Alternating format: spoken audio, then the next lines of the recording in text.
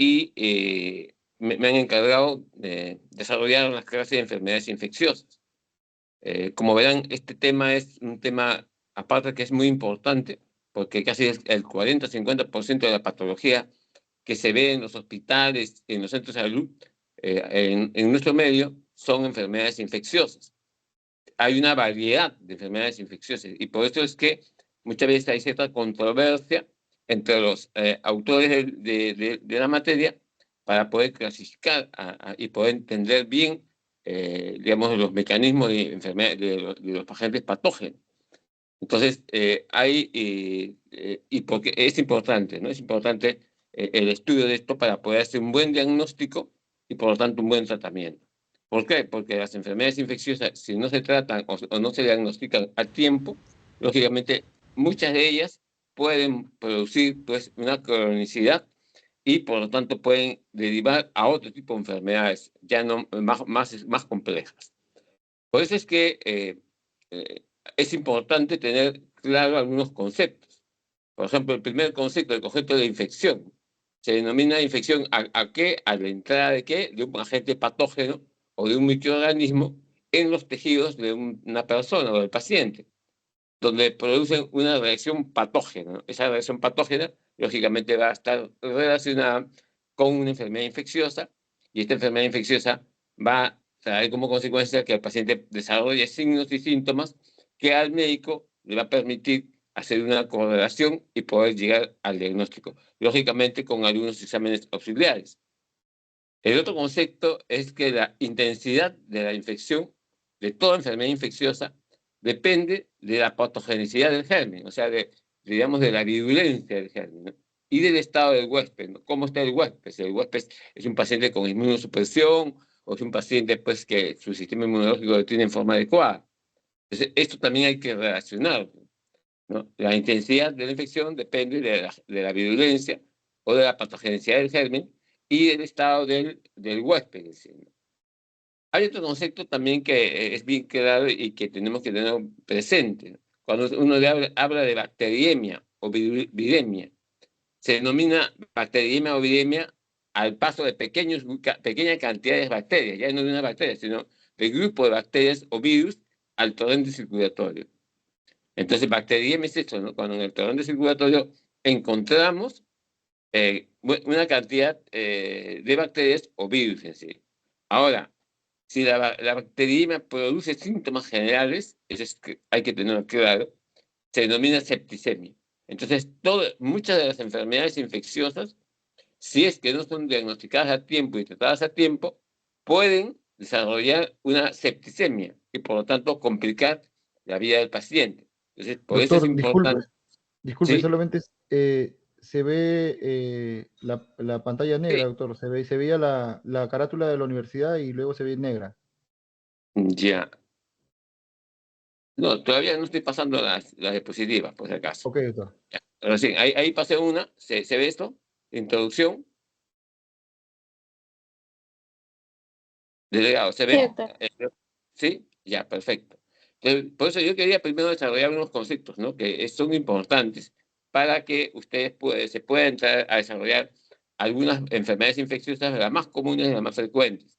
Entonces, por eso decía de que si la bacteriemia produce síntomas generales, a eso se denomina septicemia, ¿no? Y la septicemia, ustedes saben que es una, digamos, prácticamente una bacteriemia, pues, generalizada en sí, ¿no? Ahora, por otro lado, también hay que tener presente que las infecciones por agentes vivos son la causa más común de la inflamación clínica, o sea, de las infecciones clínicas en sí. Por eso es que las infecciones van seguidas, y esto es importante también, de una respuesta inespecífica, mediada por tiempo por linfonucleares, neutrófilos y monocitos. Por eso es que cuando un paciente llega con fiebre, con sintomatología, que está haciendo un proceso infeccioso, nosotros le pedimos el hemograma. ¿Eso para qué? Para ver cómo está la cantidad de polimorfonucleares, cómo está la cantidad de monocitos, cómo está la cantidad de neutrófilos. Porque eso nos va en forma indirecta a reafirmar que estamos, digamos, en buen camino para un buen diagnóstico. Entonces, la infección va a seguir de una enfermedad de una respuesta inespecífica que está asociada con la presencia de estas células, de estos polimerasa nucleares, pero en mayor cantidad, y de una respuesta específica, con la puesta en marcha de la inmunidad humana y celular, de la inmunidad humoral y celular contra el antígeno del parásito. Entonces, toda infección va seguida de dos respuestas: respuesta inespecífica y respuesta específica. La inespecífica, mediada por polimerasa nucleares, todas las células, y la específica, ¿no?, está relacionada con una inmunidad humoral y celular del antígeno del parásito. Entonces, estos conceptos son clarísimos, tenemos que tenerlos claros para poder un poco entrar ya a el estudio de las enfermedades, las principales enfermedades infecciosas que se dan en nuestro medio. ¿Qué nos permite el estudio de las enfermedades infecciosas? Tener un mejor conocimiento de la etiología y, por ende, de desarrollar un buen tratamiento. En segundo lugar, tener en consideración que las enfermedades infecciosas, como señalé, casi el 40-50% son las más comunes que se ven en la práctica clínica, y que muchas veces, ¿no?, por no hacer un buen diagnóstico, estas enfermedades pueden causar mayor porcentaje de muertes. Por eso es importante. Y también tener en consideración que los pacientes con trasplantes o con pacientes con quimioterapia son los pacientes que están expuestos a desarrollar enfermedades infecciosas. ¿Por qué? Porque el sistema inmunológico está disminuido. Y, como dije, ¿no?, las enfermedades, ¿qué es lo que origina las enfermedades infecciosas? Que el microorganismo cause daño funcional y estructural a la célula. Por eso es que los medicamentos, muchos de medicamentos, son de una u otra manera perfeccionados para que muchas veces puedan facilitar, digamos, la ruptura de la membrana celular de la célula afectada, y por ende el medicamento propiamente dicho puede hacer mayor efecto en menor tiempo, ¿no? Y la respuesta al tratamiento puede ser mayor. Un ejemplo clásico, de repente ustedes ya conocen, porque no se está llevando fármaco, por ejemplo, antes se usaba la amoxicilina para infecciones respiratorias, que se... Después se usaba,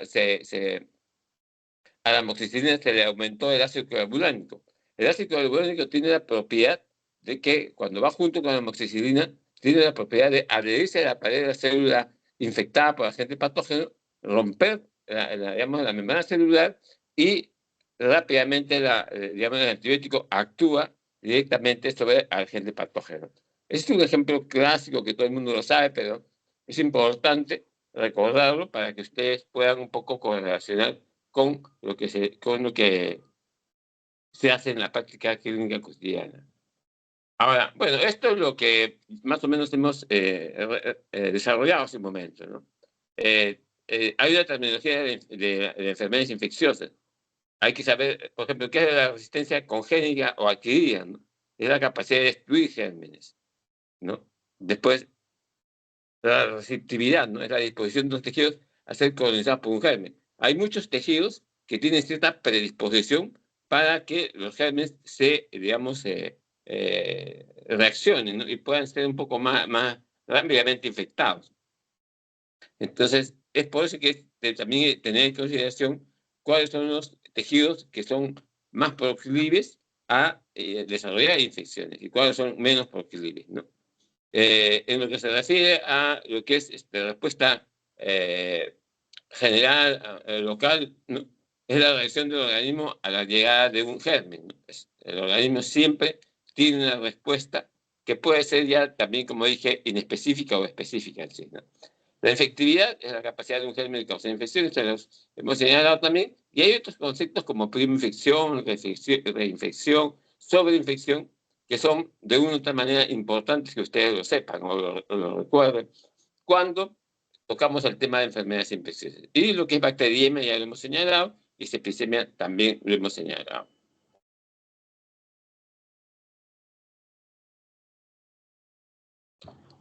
¿Cuáles son las fases de invasión de la célula? O sea, que es importante que lo sepan, porque todo agente patógeno tiene un mecanismo por los cuales No dañan se a ve la la célula. diapositiva, doctor.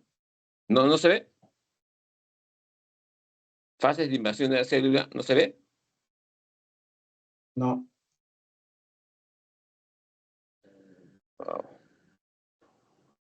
¿Los demás alumnos ven?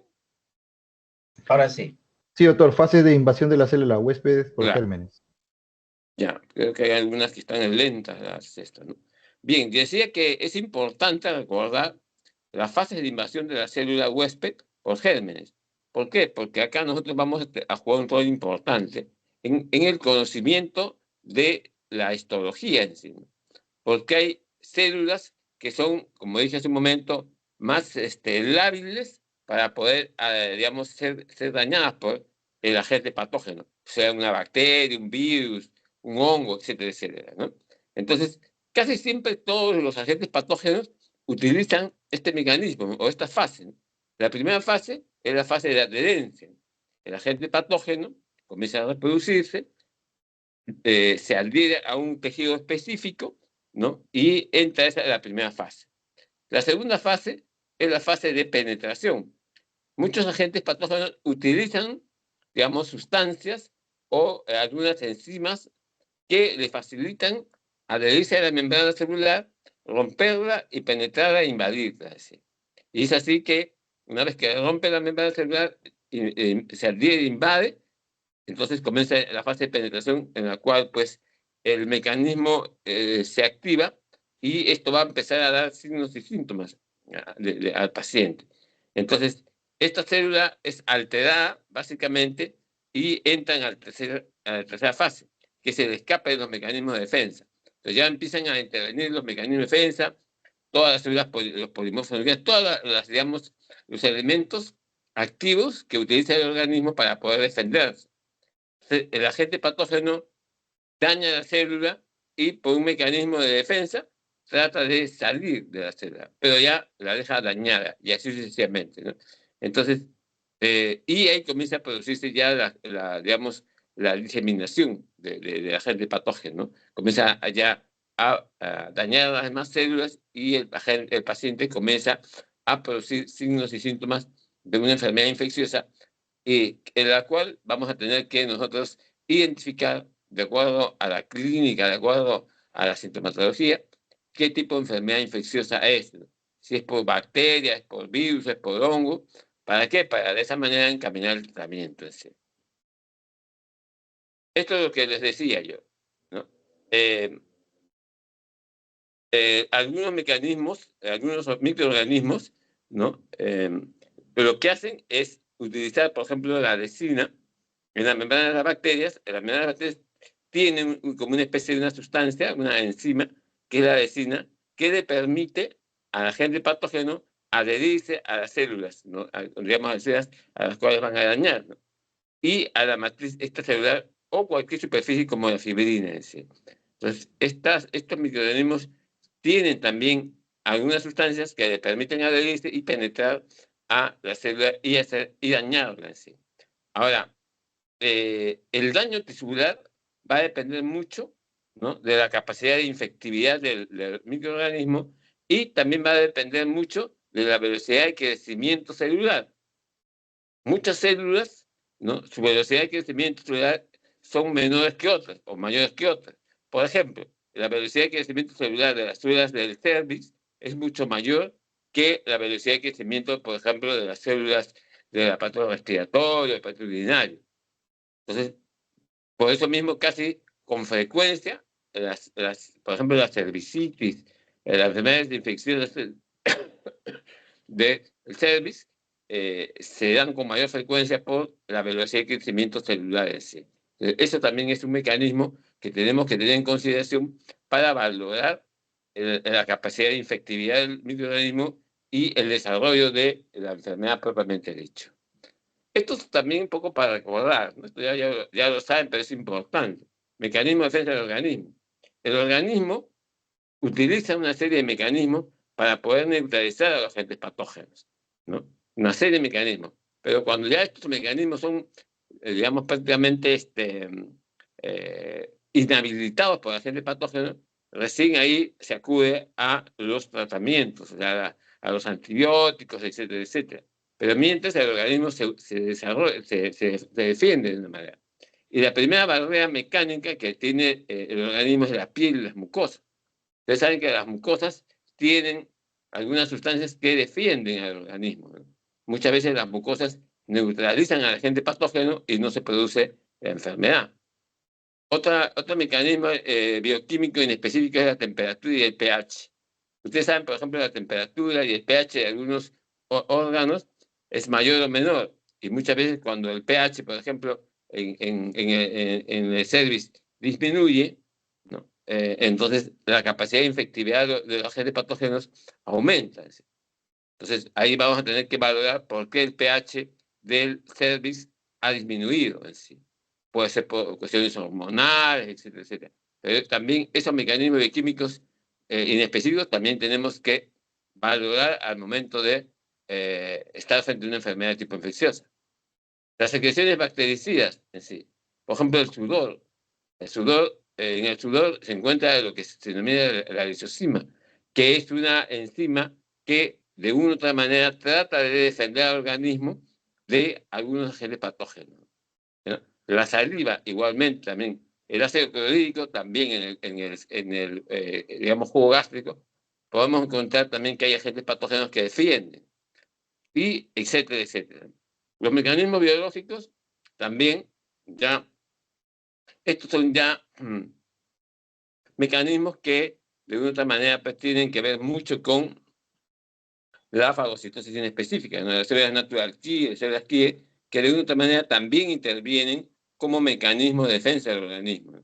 Y los mecanismos sistémicos, ya ustedes saben, los anticuerpos específicos, el complemento, ¿no? El interferón, los linfocitos, los polimorfos nucleares, son mecanismos sistémicos que también defienden al organismo de muchos agentes patógenos. Entonces, no crean que hay que tener en claro bien estos mecanismos de defensa del organismo para poder ver de qué manera, en dónde están fallando y por qué están fallando y por qué, digamos, se ha desarrollado la enfermedad en relación a la alteración de estos mecanismos de defensa del organismo.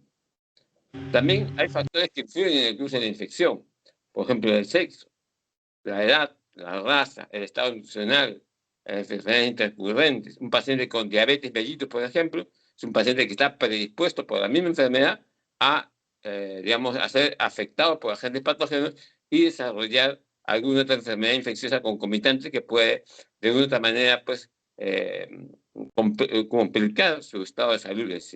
La vía de infección, es importante conocer la vía de infección. Si es una infección de tipo oral, tipo respiratoria, eso también, ¿no?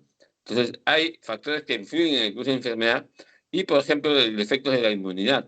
El sistema inmunológico es importante tener en consideración porque es el sistema que, de una u otra manera, nos va a defender, ¿no? De las infecciones, porque, como hemos visto ya, que esta respuesta es específica, toda respuesta específica con la puesta de entrada en marcha de la inmunidad humoral celular, ¿no? ¿Por qué? Porque los agentes patógenos al final van a estar asociados directamente, o sea, el daño que van a producir los agentes patógenos va a estar asociado directamente con el sistema inmunológico, los efectos de la inmunidad del paciente en sí. Otro tema que es importante también es el tipo de microorganismos, ¿no? Hay que, como dije al comienzo, muchos autores señalan para poder un poco ordenar las enfermedades infecciosas y poder tener, digamos, conceptos claros, es que hay una serie de digamos, controversias en lo que es cómo de una manera estudiar las infecciones.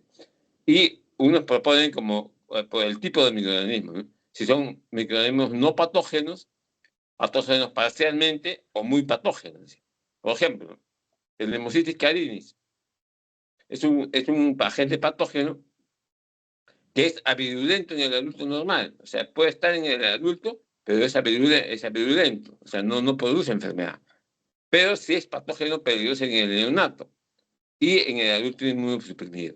Entonces, por ejemplo, esto es un ejemplo clásico de que la edad, en este caso hay agentes patógenos que están relacionados o asociados a la edad. Entonces, esto también de una u otra manera trae ciertas controversias, como por ejemplo catalogar la Pneumocystis caridis, pero de una u otra manera la mayoría, casi el 90% de agentes patógenos caen en estos conceptos de no patógenos, patógenos parciales y muy patógenos. ¿Sí? Pero hay algunos que, lógicamente, son pocos que entran en esa controversia. Pero, bueno, ahí es donde tenemos que también un poco aplicar los conceptos o los conocimientos que tenemos en el estudio de las enfermedades infecciosas. Otra forma también digamos, de estudiar a los agentes patógenos es aquello, tratar de caracterizarlos por digamos, el daño tisular. Si son patógenos extracelulares o patógenos intracelulares. Y si son intracelulares, si son patógenos que dañan el núcleo o dañan el citoplasma. Entonces, hay ciertas características que tienen muchos agentes patógenos que de una u otra manera tenemos que tratar de ubicarlos aquí. En el caso, por ejemplo, de estas celulares, están las bacterias gram positivas y gram negativas. Y dentro de las gram positivas, bueno, ya ustedes saben, el estafilococo, el estreptococo, el neumococos, etcétera, etcétera, ¿no? Y de los gram negativos, el meningococo, ¿no? El Haemophilus, la Xylella y el cólera. Entonces, esta es otra, digamos, característica que nos permite a nosotros clasificar a los agentes patógenos como extracelulares. El otro grupo serían los patógenos intracelulares facultativos, que dentro de ellos, vamos a poner algunos ejemplos, están las bacterias, el Mycobacterium, la Salmonella y la Brucella. En el grupo de los hongos, el Ascomyces, el Histoplasma y la Candida. Y en el grupo de los protozoarios son el Plasmodium, el Trypanosoma y el Pneumocystis carinense. Entonces, también hay cierta controversia. Por eso es que, de una u otra manera, yo trato de señalar que dentro de la clasificación de los agentes patógenos es importante también un poco conocer, ¿no? Porque todas estas características nos van a ayudar o nos van a permitir a nosotros identificar, por lo menos en forma indirecta o clínicamente, la presencia. Ahora, lógicamente, con exámenes auxiliares como el esputo, etcétera, etcétera, ¿no? Podemos nosotros clasificar o identificar ya el agente patógeno mediante estudios de microbiología en sí, ¿no? Pero hasta que se salga el estudio microbiológico, que en muchos de los casos es rápido, pero en otros casos no es tan rápido, entonces nosotros como médicos tenemos que tener una alternativa de tratamiento. Esa alternativa de tratamiento va a estar basada en los signos y síntomas en todas las clínicas y en lo que de una u otra manera conocemos sobre las enfermedades infecciosas en relación a los agentes patógenos en sí. ¿Cuáles son los mecanismos de defensa? Ya dijimos también, los mecanismos de defensa son dos que utiliza el organismo. Los específicos, que están relacionados con el sistema inmunitario, y los inespecíficos, que está relacionado con la respuesta inflamatoria del agente patógeno, del organismo frente al agente patógeno. Hay algunas sustancias que se desarrollan o tratan de, digamos, hacer una defensa o presentarse como una barrera frente a la invasión. Y, por ejemplo, la queratina cutánea, ¿no? El tejido, la primera capa de la piel, la queratina, muchas veces nos permite actuar como una barrera de defensa de la piel ante cualquier invasión de algún agente patógeno.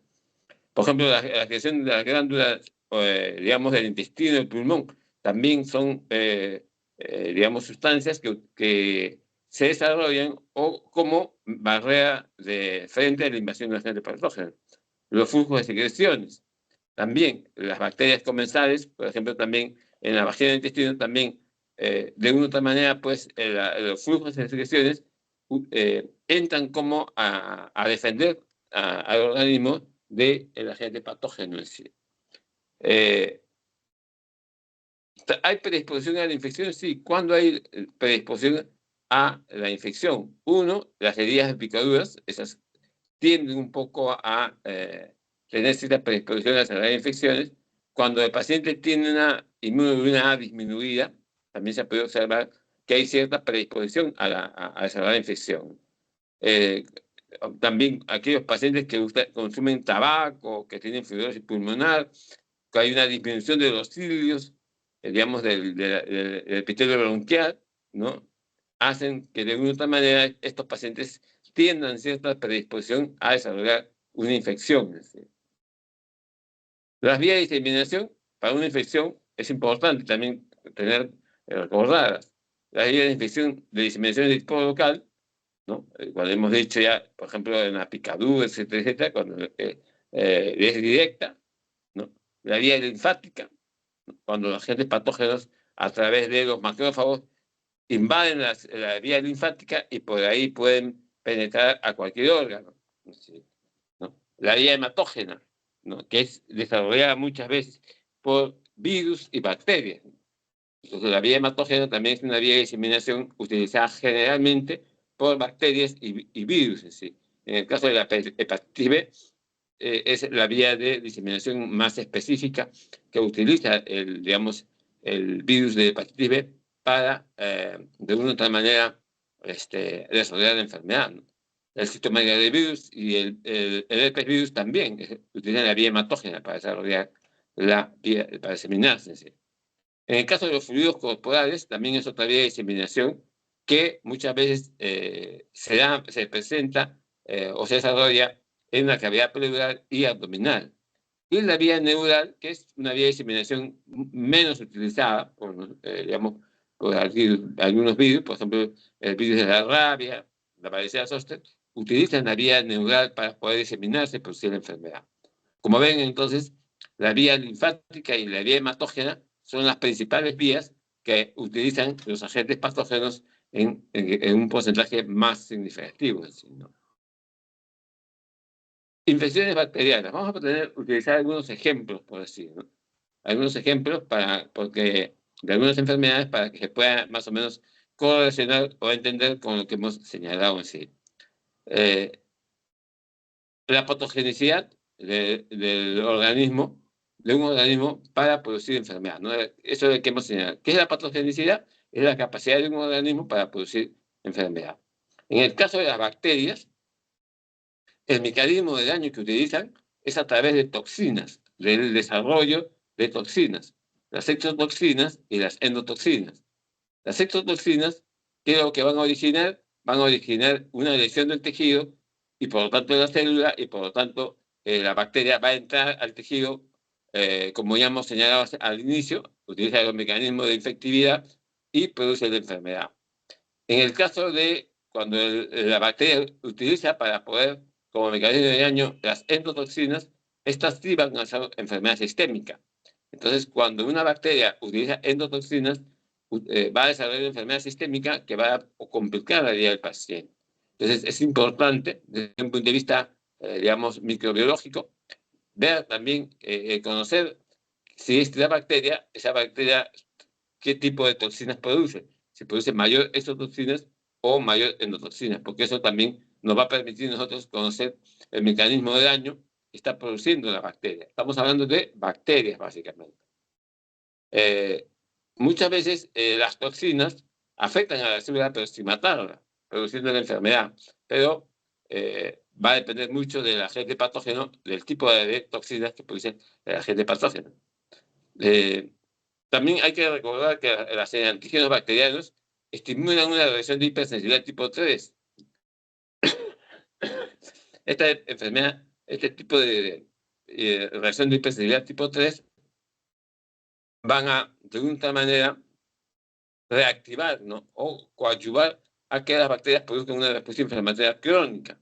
Y estas bacterias, cuando ya producen una enfermedad inflamatoria tipo crónica, va a activar lo que es la reacción de hipersensibilidad tipo 3. Entonces, la reacción de hipersensibilidad nos va a permitir a nosotros diseminar si estamos frente a una inflamación crónica o una enfermedad de tipo aguda. ¿Sí? Por eso es importante. Y cómo, digamos, observamos si estamos frente a una reacción de hipersensibilidad tipo 3 o 4 con los exámenes de laboratorio, que nos van en forma indirecta decir si está haciendo una enfermedad una reacción de hipersensibilidad tipo 3 o de tipo 4. ¿Sí? Bueno, este es el mecanismo que utilizan básicamente, digamos, en el caso de la tuberculosis, ¿no? Las lesiones celulares del TBC, ¿no? Vamos a observar básicamente que los monocitos son los que de una u otra manera son afectados por el agente patógeno. Estos monocitos, a través van a activar los linfocitos TS8 positivos y producir estos, como están activados, van a producir una necrosis de tipo gaseosa. O en el caso del monocito, cuando activan los linfocitos TS4, estos monocitos se van a transformar en células epitelioides, y estas células epitelioides van a formar el granuloma con células gigantes, para después producir la necrosis gaseosa. Así. Entonces, este es el mecanismo, por ejemplo, de lesión tisular de una enfermedad infecciosa como es la tuberculosis. En todo caso, siempre termina en lo que es en la formación de un granuloma. El granuloma, como ustedes saben, tiene dos elementos fundamentales. El elemento central, que es un elemento acelular, que es la necrosis propiamente dicha, y la parte periférica, que es la parte de la celularidad, donde encontramos pues toda la serie de células inflamatorias, incluyendo las células multinucleares tipo Langella, que esto nos va a permitir a nosotros decir, estamos frente a una necrosis de tipo gaseosa, que ha sido producida por el agente patógeno de la TBC, dañando básicamente los monocitos, ¿no? Y a través de la activación de los linfocitos TS4, TS8, va a producir de una u otra manera necrosis gaseosa en sí. En el caso de la brucela, por ejemplo, la brucelosis, o fiebre malta, o fiebre ondulante, sabemos que el agente patógeno es un cocobacilo de tipo pleomórfico gran negativo. Y las cepas son albergadas por quién? Por la brucelosis de tipo melitensis, el abortus y el switch. El más conocido y el más común es el abortus, que se desarrolla en el ganado vacuno. ¿Cuál es el mecanismo de transmisión por el cual la brucelosis se va a desarrollar? Es por la ingesta de leche contaminada, ¿no? O por contacto directo. Se ha podido observar que los veterinarios, los carniceros, o los que trabajan con ganado vacuno o caprino o cerdos, son los que de una u otra manera están más expuestos a desarrollar esta enfermedad por la contaminación, básicamente, ¿no?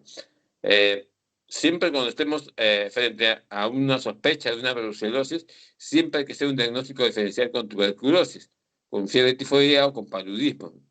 ¿Por qué? Porque la mayoría de sintomatología y signología son un poco, de una u otra manera, muy parecidas en sí. Entonces, siempre se considera hacer un diagnóstico diferencial en sí, ¿no? Para poder, de una u otra manera, pues, tratar de hacer un buen diagnóstico y un buen tratamiento.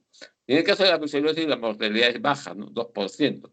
¿Por qué? Porque se conoce los mecanismos de transmisión, porque se conoce el tipo de cepas y porque se conoce también el agente patógeno que desarrolla la enfermedad de la brucelosis o fiebre malta. En el caso de la histopatología de la brucelosis, hay cambios histológicos. Los cambios histológicos son similares.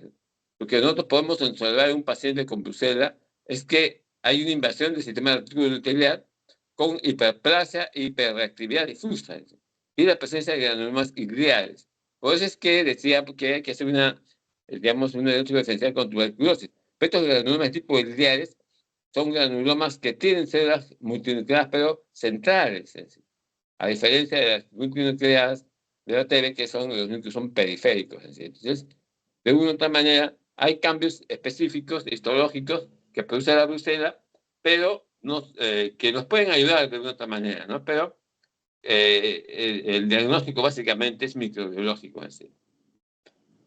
Bueno, este es la patogenicidad, ¿no? Básicamente lo que decíamos, el gen produce endotoxina, esta endotoxina sobrevive en el fagocito, o sea, en el monocito, invade el reticuloendotelial. Al momento de invadir el sistema reticuloendotelial de la célula, la brucela tiene, digamos, cierta apetencia por ubicarse en la parte intracitoplasmática. No tiene, digamos, de una u otra manera predilección por dañar el núcleo de la célula, sino en la parte del citoplasma. Se ubica en la parte del citoplasma. Por eso es que esta agente patógeno puede producir una enfermedad infecciosa de tipo crónica, o sea, por meses. ¿Por qué? Porque produce, digamos, la ubicación o la localización es a nivel intracitoplasmático. Yo decía al comienzo de la clase también que también hay que tener en consideración si el agente patógeno le gusta vivir en el citoplasma o en el núcleo de célula. Por eso es que en este caso de la brucela, lo que vamos a encontrar desde el punto de vista clínico es un incremento en el volumen granular, ¿no? O sea, ustedes palpan los ganglios linfáticos del paciente y hay un incremento en el volumen, o sea, ganglios grandes. Y lo otro signo y síntoma que se da en Bruselas es la hepatosplenomegalia, o sea, el crecimiento del vaso y crecimiento del hígado. ¿Sí? O sea, yo tengo ganglios, tengo crecimiento del vaso, hígado, ¿no? Tengo, digamos, un paciente que de una u otra manera, pues, trabaja con este contacto, digamos, del mecanismo de infectividad. Entonces, nosotros podemos, de una u otra manera, saber que estamos probablemente frente a una brucela, la cual produce, pues, endotoxinas en sí. Macroscópicamente, la macroscopía es escasa, ¿no? En estos casos, ¿no? Hay focos pequeños de color blanco o grisáceo en el hígado, en el vaso, en los ganglios linfáticos y en la médula ósea, ¿sí? ¿No? Hay un cúmulo de macrófagos, células, digamos, de respuesta y fibroblastos en sí. Y generalmente lo que caracteriza a la brucela es que el granuloma se calcifica, a diferencia de la tuberculosis, que los granomas no bueno, con el tiempo se calcifican, pero en el caso de la brucela, los granomas se calcifican rápidamente. Entonces, como verán, macroscópicamente, nosotros solamente podemos, digamos, evaluar el hígado, el vaso, los ganglios linfáticos y la médula ósea en sí, ¿no? El cuadro clínico, ya saben, fiebre, escalofrío, sudoración, artralgias, mialgias, y muchas veces la fiebre es intermitente, va de 37.8 a 40. El diagnóstico es por fijación de complemento y hemocultivo en sí. En este caso acá, miren, es un tejido dañado, hay una gran cantidad de células polimorfonucleares que me está indicando a mí que es un problema, una enfermedad de tipo infecciosa, de tipo aguda, ¿no? Y básicamente ven acúmulo de, digamos, células con gérmenes que invaden algunos tejidos en sí. Acá miren, es otro tejido pulmonar en el cual pues pueden observar claramente gran cantidad de polimorfonucleares, gran cantidad de histocitos, ¿no? Algunas células plasmáticas que están básicamente ubicando o dañando el tejido, ¿no? Por ejemplo, esto de acá, ¿no? No sé si verán, ¿no? Esto es un alveolo y el resto son linfocitos nucleares que están en la luz alveolar. ¿Eso qué hacen acá en la luz alveolar? Esto no deben estar acá porque acá debe haber aire y el aire es blanco, con HN. Entonces, acá estamos hablando de un proceso infeccioso que es una neumonía probablemente, ¿no? En el caso de la salmonella y fiebre tifoidea, ¿no? También es otra enfermedad, ¿no? Que es producida por una bacteria gram negativa, en este caso, a diferencia de la anterior, es una bacteria flagelada. O sea, ¿qué significa? Que dentro de su estructura tiene flagelos que le permiten adherirse de una forma más rápida y más, más fuerte a la célula para que va a dañar. Produce gastroenteritis, o sea, y el agua y los alimentos son el mecanismo de contaminación que utiliza este agente de la salmonella, ¿sí, no? Los tipos de salmonella, salmonella enteritis, la salmonella tífica, que es que produce la llamada enfermedad sistémica con mayor digamos, intensidad. Como decía, la vía de contaminación es a través de los alimentos contaminados por heces. ¿Sí? Entonces, este es otro tipo de enfermedad infecciosa bacteriana, gran negativa, que se da en nuestro medio.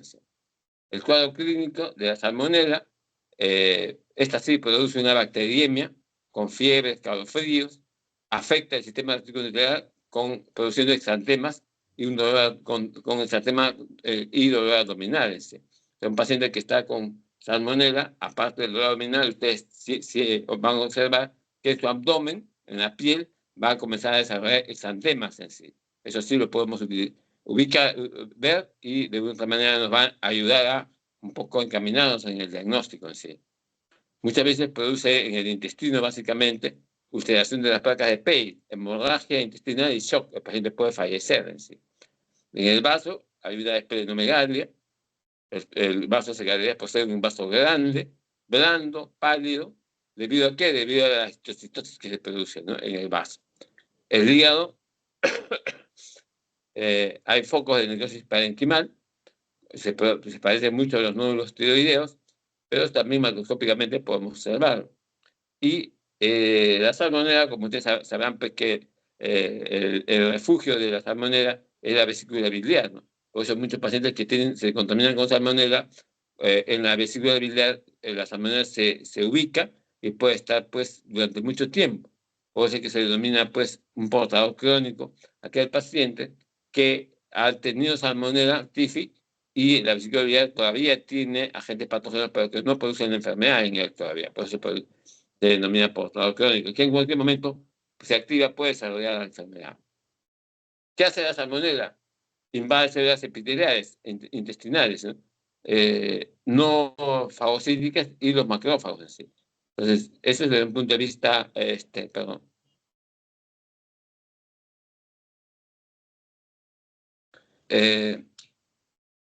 La salmonela básicamente está controlada por gérmenes estimulados por la baja tensión del oxígeno en el intestino. Por eso es que la tensión del oxígeno en el intestino, en estos casos, es importante. ¿Por qué? Porque se ha visto que a bajas tensiones la salmonela puede desarrollarse en el intestino produciendo daños tisulares, ¿no? Hay unas bacterias mutantes de la salmonela que son incapaces de penetrar y no son infecciosas por la vía oral, pero sí son en el peritoneo. Entonces, hay cierta variedad de, digamos, agentes mutantes de la salmonela que pueden producir daño tisular o no pueden producir daño tisular. En la histología, básicamente la salmonela, lo que vamos a poder observar son lesiones que se limitan básicamente a dañar el ilion y el colon. ¿Sí? Es un paciente con salmonela que ha fallecido por salmonela, qué sé yo, se opera y esto. Al momento de digamos, hacer el estudio macroscópico al ilion y al colon, vamos a poder observar que hay lesiones limitadas, ¿no? Lesiones ulceradas o ulcerosas, ¿no? en el colon. Así. Hay erupciones del epitelio de la inflamación en la lámina propia, presencia de neutrófilos y polimorfos nucleares, y lo que es importante, que hay una proliferación de fagocitos y tejido de linfo reticular en estas lesiones que son producidas por la salmonela. Las placas de Paine, en el caso del lilio, inclusive son elevadas, ¿no? Hasta 8 centímetros de diámetro. ¿Sí? Son lesiones digamos, aparentemente lesiones tisulares que son diferentes a la TB, ¿no? Porque la TB generalmente produce lesiones intestinales, pero en forma de franja. En cambio, en la salmonelosis, las lesiones del ilium son elevadas, pero en forma, digamos, difusa. ¿Sí? Entonces, eso también, por ejemplo, a nosotros nos permite hacer una disquisición anatomopatológica del ilium entre una salmonela y una tuberculosis. ¿Sí? ¿Qué ganglios son afectados? Casi siempre los ganglios mesentéricos, ¿no? Y las úlceras son de forma ovalada, a diferencia de las lesiones úlceras del TB, que son medias circulares o irregulares, en sí, ¿no? En el caso de la TB son circulares o transversales, en sí, ¿no? Entonces, fíjense que desde el punto de vista histopatológico es importante un poco saber diseminar entre las lesiones que producen la salmonela y unas lesiones que producen la tuberculosis, porque muchas veces, repito, teníamos que hacer diagnósticos diferenciales en sí. Microscópicamente vamos a encontrar macrófagos, o sea, bacterias, matíes y de celular en las placas de Paine. La presencia de linfocitos y células plasmáticas aumentadas, ¿no? En la lesión periulceral se puede detectar que en Bruselas, en salmonela, ¿no? Hay presencia de gran cantidad de neutrófilos en sí. Entonces, microscópicamente sí podemos nosotros también aportar al diagnóstico, digamos, clínico anatomopatológico de un paciente con salmonela en sí. En el caso del Vibrio cholera, ¿no? Que es una enfermedad bacteriana, negativa, ¿no? Ustedes, bueno, no sé si, bueno, ustedes no dan los RAS porque no son esto, pero en el año 1961 al 74 hubo una pandemia de el cólera. ¿Sí? Mucha gente falleció, ¿por qué? Porque hasta ese momento no se conocía, digamos, la histopatología o el mecanismo de daño tisular que producía el cólera. Por eso es que mucha gente fallecía, ¿no? Pero ya después, bueno, se conoce que es producida por una enterotoxina del serotipo 1 del virus cólera, no invade el epitelio. Y es importante, ¿no? El virus cólera no invade, o sea, no se adhiere al epitelio intestinal, permanece en la luz desde donde secreta sus toxinas en sí. Es otra cosa importante, ¿no? Porque muchas bacterias sí se adhieren a la pared, digamos, intestinal, dañando la célula. En cambio, en el caso del cólera, no. Se puede observar que permanecen en la luz y ahí es donde secretan las toxinas y producen daño tisular en sí, ¿no? Procede proteínas flageladas.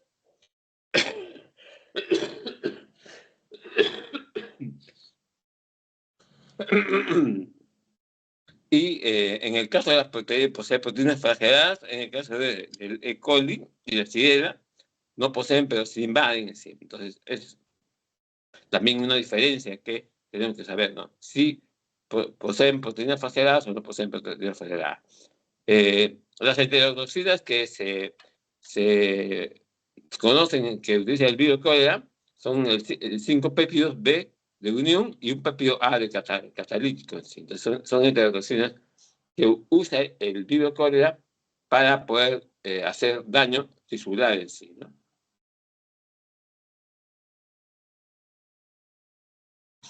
El cuadro clínico, bueno, es el paciente presenta con diarrea, casi siempre diferente porque la diarrea que hace el paciente es como agua de arroz, o cuando daban arroz parecía. Esto es un dato clásico para poder un poco diferenciar el virus cólera de otras enfermedades infecciosas intestinales en sí, ¿no? Eso es lo que en esa época se podía ver, ¿no? Que los pacientes con cólera hacían diarrea, pero como agua de arroz, ¿no? Entonces, el médico generalmente se percataba de eso y para poder utilizarlo como un dato adicional para hacer el diagnóstico. Pacientes con vómitos, escalofríos, calambres, dolor abdominal intenso y shock entraban en shock hipovolémico y fallecían en sí. ¿Por qué? Porque había una deshidratación severa. Yo me acuerdo, todavía ahí muy chico, pero lo que he leído era que pacientes pues morían por deshidratación. Los calambres, todo eso era por deshidratación y por los vómitos y la diarrea. Entonces un paciente pues a veces entraba uno y veía que un paciente tenía pues 2 vías, hasta 3 vías, ¿no? Tenían que ponerle para poder un poco neutralizar la pérdida de agua y electrolitos del paciente y no se muera en sí, ¿no? En la histopatología se puede observar que en el cólera produce mínimas alteraciones histológicas, ¿no? Lo que sí se puede observar que hay una congestión de la lámina propia, hay infiltrado inflamatorio de tipo mononuclear y hay una hiperplasia de las placas de Pey. Hay que observar claramente en el intestino, ¿no? El virus cólera produce necrosis del epitelio, la cual otros agentes patógenos como salmonella, etcétera, no producen necrosis en sí. Es otra característica que me puede permitir a mí hacer la diferenciación entre el virus cólera y otras enfermedades. En el caso de la giardiasis, la giardia lamblia, ¿no? Que es un protozoo intestinal, ¿no? Produce muy parecido al anterior, produce diarrea aguda y crónica, estatorrea o estreñimiento. Claro, diarrea, pero no parecía como agua de arroz. Es una diarrea crónica y produce estreñimiento, o sea, produce diarrea y estreñimiento, en el caso de la giardiasis. Se presenta de 2 formas, ¿no? Ya saben ustedes, de forma quística, que a través de la vía oral fecal, como también de persona a persona, y como de la forma trofosodítica se multiplican en la luz intestinal. Son protozoos flagelados con 2 núcleos, residen básicamente en el duodeno, ¿no? Y se adhieren sin invadir epitelio. Muchas veces pacientes que van con problemas de gastritis, el gastroenterólogo le hace una endoscopía, digamos, saca biopsias de estómago, pero muchas veces también le da el duodeno. Y muchas veces se ha podido observar, yo he tenido más de un caso, en la cual pues había pues en el duodeno giardia. Y eso es lo que estaba produciendo pues la sintomatología y sinología del paciente. Pero son, digamos, son ubicaciones o son son ubicaciones o son poco casos inespecíficos, ¿no? O sea, por casualidad, uno estudia el duodeno de la biopsia y sale, ¿no? No es tan común porque normalmente pues, el diagnóstico es a través de la presencia de quistes o fosfolitos en sí.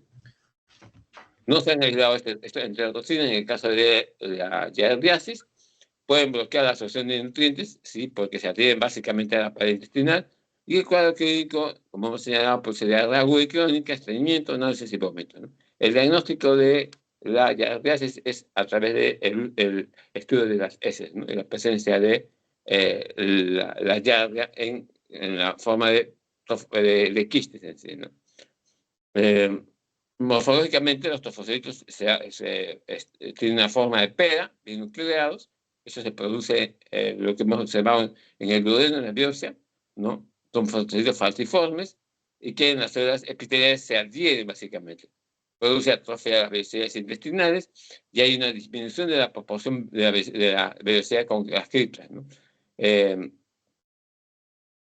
infiltrado inflamatorio es mixto, ¿no? Vamos a encontrar polimorfos nucleares y linfocitos, pero básicamente en la lámina propia. Entonces, hay, digamos, criterios microscópicos que nos permiten a nosotros también hacer el diagnóstico de una giardiasis en duodeno. Pero, repito, el diagnóstico final es a través de la identificación del agente patógeno.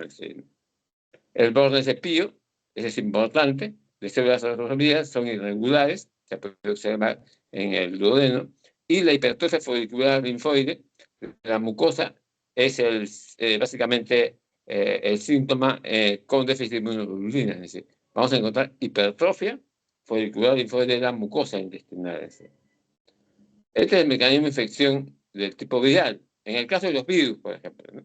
Ya estamos hablando ya de infecciones de tipo viral, ¿no?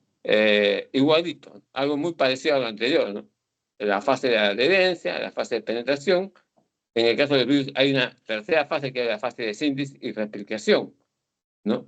Y en esa fase de síntesis y replicación se va a producir lo que se denomina la ruptura celular con la extravasación del agente patógeno viral, ¿no? Y muchas veces también hay una producción del ensamblaje o liberación del agente patógeno, pero sin ruptura celular, produciendo lo que se denomina la gemación y la reproducción del virus. Entonces, es el mecanismo de infección de tipo viral, muy parecido al bacteriano, pero en este caso se diferencia por la síntesis y la replicación, que puede desarrollar dos fases, la ruptura celular o el ensamblaje con liberación del agente viral, ¿no? En el caso de efectos de los virus en los tejidos, hay una infección abortiva, un efecto citopático también puede producir, o también puede producir una neoplasia, ¿sí? O una lesión persistente, o la infección propiamente dicha. Entonces, los virus pueden producir estos 5 efectos en sí. Por eso tener en consideración, lo que nosotros nos vamos a centrar básicamente en los efectos de tipo infeccioso, en sí, ¿no? Acá. Pero no tenemos que dejar de lado las neoplasias y lo demás, ¿no? El efecto citopático y la infección abortiva en sí. Este es un cuadro básicamente un poco para poder hacer una diferenciación, ¿no? Entre la localización y la extinción, así, ¿no? De las inclusiones virales, ¿no? Por ejemplo, el virus de la viruela, ¿no? Su morfología, miren, es diferente al herpes simple. Y la localización es en el citoplasma. Y a través de una extinción con He es acidófilo, así. Entonces, desde el punto de vista del laboratorio, podemos también tener ciertas características que nos permiten. En el caso del herpes virus, la ubicación básicamente que utiliza es los núcleos del silicio, ¿no? En el virus de la rabia, el citoplasma, el adenovirus, el núcleo, el citomegavirus, el núcleo, el renovirus, el citoplasma, el sarampión, el silicio del núcleo. Entonces, como verán, la localización del virus en la célula es importante. ¿Por qué? Porque nos permiten a nosotros, de alguna manera, hacer una descripción clínico-anatomopatológica. Y la descripción que utilizamos también es importante. Algunos se comportan como acidófilos o como basófilos o como eosinófilos. Entonces, esto nos permite a nosotros un poco identificar desde un punto de vista morfológico a las inclusiones de tipo virales, ¿sí? Por la morfología, básicamente, ¿no? Miren, tanto del núcleo como del citoplasma. En el caso de infecciones por herpes virus, se conocen básicamente más de 70 proteínas que posee el virus, pero son los 8 tipos son más importantes, se agrupan en 3 grupos en sí, ¿no? El grupo de las alfa neutrópodos, que es el VHS1, el VHS2 y el varicela zoster. El grupo beta linfocitrópicos, que abarca el citomegalovirus y el HBH6 y 7. Y el grupo gamma, que, bueno, agrupa al VHS de los simios, que es muy similar al VHS1 de los humanos en sí. Entonces, se ha tratado de también un poco de agrupar a los virus para el estudio de los mismos en sí, ¿no? En el caso de VHS1 y VHS2, se replica en la piel y mucosas, tiene la ubicación básicamente por la faringe o por los genitales, y las lesiones que desarrollan básicamente el H1, VH1 y VH2 es las lesiones vesiculares en epidermis. En el caso del VHS1, puede causar ceguera. ¿Por qué? Porque muchas veces cuando daña la córnea puede producir ceguera o encefalitis, ¿no? A través de la vía hematógena que tiene cierta, digamos, localización a nivel cerebro, ¿sí? Entonces es importante conocer las vías de diseminación en sí. En morfología, ya hemos dicho podemos utilizar pues inclusiones intranucleares que son de color rosa o púrpura, que nos permiten a nosotros también identificar al agente patógeno del tipo viral. Se ven líquidos de las vesículas, por ejemplo, en una gingivostomatitis, la presencia de VHC1 es ubicable. Produce también queratitis epitelial pétrica, también ahí podemos tomar la muestra y ubicarla, encefalitis por herpes virus y esofaginitis herpética. Entonces, hay ciertas características morfológicas que, de acuerdo a la ubicación topográfica y al daño que produce en determinado tejido, el virus va a traer como consecuencia pues, la afectación de las mismas en sí. En el herpes genital se producen vesículas en mucosas genitales, evolucionan a úlceras superficiales, y el VHS2 se transmite a neonatos durante el parto, ¿no? El parto, no es parto, sino el parto, ¿no? Puedes tener en cuenta que si una mamá es portadora del VHS2, ¿no?, en genitales, es dar el tratamiento antes que produzca el parto, o se puede hacer una cesárea. ¿Por qué? Porque se puede observar que se transmite al neonato durante el parto, ¿sí? Es fulminante en el neonato si es infectado, y afecta básicamente al pulmón, hígado supranal y sistema central. Acá miren, el virus simple, ¿no? La morfología, acá es otro también, ¿no? Es una célula monocítica con bastantes inclusiones en sí, ¿no? Bastantes inclusiones, ¿no? Entonces, esto es lo característico de el virus simple, ¿no? Son grandes inclusiones dentro de una célula plasmática en sí, ¿no? Y, lógicamente, el componente celular inflamatorio de tipo crónico y agudo, ¿no? Acá en el herpes esofágico, miren acá, igual también, ¿no? Inclusiones intracelulares, ¿no?, con múltiples, digamos, núcleos en sí, que están metidas en el epitelio esofágico en sí. Entonces, desde el punto de vista histopatológico, sí es identificable el herpes esófago, ¿no? ¿Sí? Y, lógicamente, también el componente inflamatorio, ¿no? Miren acá, igual, ¿no? En un herpes de piel hay un daño tisular y la presencia de estas lesiones, ¿no? Estas lesiones, es decir, ¿no?, con el infiltrado inflamatorio, lógicamente, ¿no? Pero acá es el daño tisular, es decir, produce como una úlcera, ¿no? Ustedes han observado en pacientes con herpes, pues una úlcera, necrosis, pero alrededor están las células con este tipo de inclusiones. Bien, esto en el caso de infecciones por hongos, esto lo vamos a desarrollar el día de mañana, porque es amplio. Lo que sí podemos decir, habíamos dado algunos ejemplos de infecciones de tipo bacteriano, de tipo viral, y el día de mañana vamos a desarrollar infecciones por hongos, que es más amplio, pero lo que solamente quiero recalcar es que los hongos, las principales agentes patógenos de tipo micótico son la candidiasis, la aspergillosis, la micosis y la histoplasmosis en sí, ¿no? Y hay algunas estructuras, por ejemplo, la histoplasmosis, ¿no? En el caso del citomegalovirus, miren acá, ¿no? Epitelio respiratorio, miren, si ustedes recuerdan, digamos,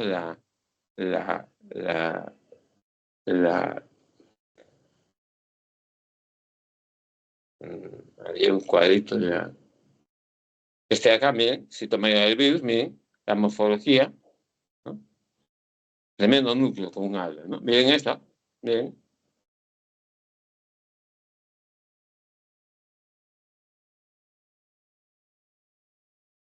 Miren acá, ¿no? Tremendo esto con un núcleo así. Citomegalovirus. Entonces, es identificable desde el punto de vista histopatológico. Bueno, este es el herpes virus, que de otra manera usa lo que se denominan los coriocitos en sí, característico de lo que es el tejido, el epitelio poliespecificado del exocervix, ¿sí? ¿No? Coriocitos. En el caso de histoplasmosis, ¿bien? Gran cantidad de células de histoplasmas, capsulatum, que de una u otra manera pues se conglomeran, por eso se forma como una especie de ovillo negro, que se dice, ¿no? Acá, miren, otra inclusión intracitoplasmática, ¿no? En piel, básicamente, ¿no? Son estructuras intracitoplasmáticas que me permiten a mí, desde el punto de vista histopatológico, identificarlas desde el punto de vista morfológico en sí, ¿no? Bien, hasta ahí lo que es enfermedades infecciosas, tanto bacterianas como virales. Repito, el día de mañana a las 4 de la tarde continuamos con todo lo que es infecciones de tipo micótico y los demás agentes patógenos que producen enfermedades infecciosas. Es decir. Delegado, ¿una pregunta, algún comentario? ¿Todo está bien? ¿Todo claro? Sí, doctor, todo está claro. Muchas gracias. Perfecto, ya, entonces mañana a las 4 igual, delegado, no hay problema, ¿no? Mañana a las 4, ¿sí? Voy a comentarlo con los delegados de grupo a ver si no se cruza con alguna